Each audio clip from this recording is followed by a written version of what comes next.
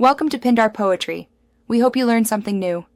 You start by inspecting the retainer closely to find the problem area. Why this matters is it directs repair versus replacement. Once done, clean the device with isopropyl and soft brush so repairs bond to a dry surface. Make sure to protect soft gum-facing acrylic with tape before adjusting metal. From here, position the retainer on a towel and confirm which wire needs shaping, which solder joint is compromised, and whether acrylic needs filling. This is the first decisive step toward a safe, controlled fix.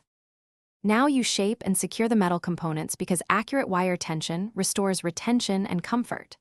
Hold the retainer steady and make tiny adjustments, 1 to 2 degree bends, so you avoid work hardening the metal.